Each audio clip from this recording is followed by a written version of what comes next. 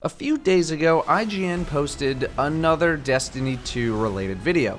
I watched it, had basically nothing to say, and then I went back to sleep.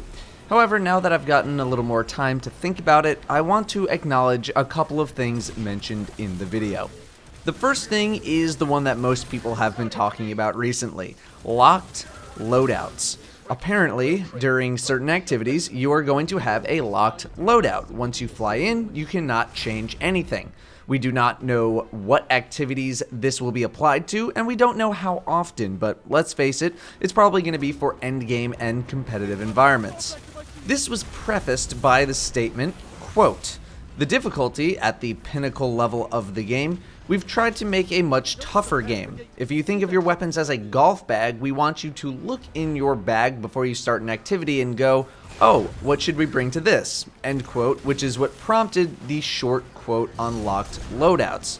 When Luke says much tougher game, I don't have too much reason to believe that the game will be harder overall, but rather uses this as a stepping stone to mention locked loadouts, and locked loadouts themselves will make the game harder. Rather, this is what I've been led to believe based on how Bungie likes to talk about stuff.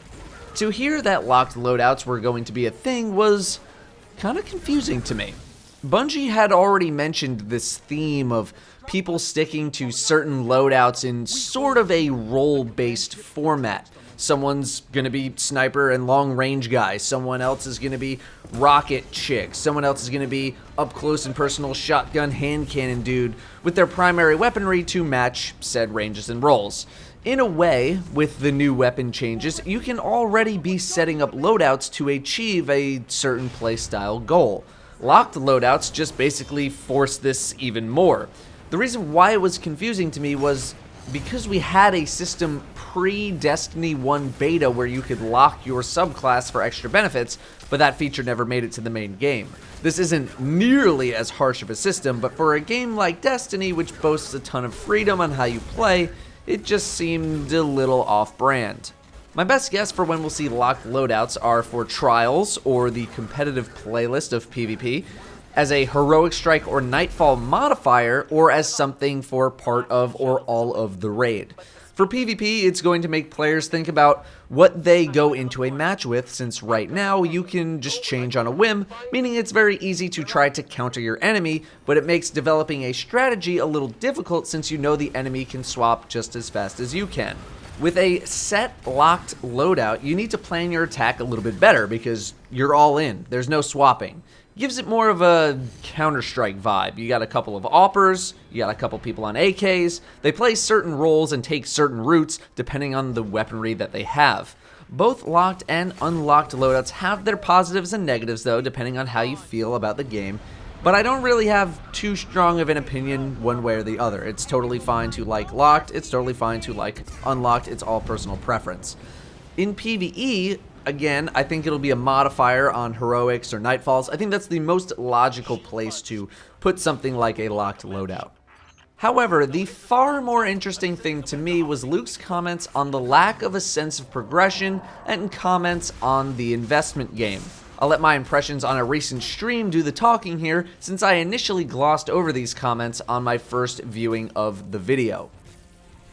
There's a thing that made Destiny hard to enjoy, and I'm going to summarize it as a lack of progress. Why am I doing this? Does it matter? Is it going somewhere? We didn't do a great job answering those questions holistically. Yeah, you're doing this because you're getting ready for a last battle. You want to feel like the game you are playing has a sense of progression.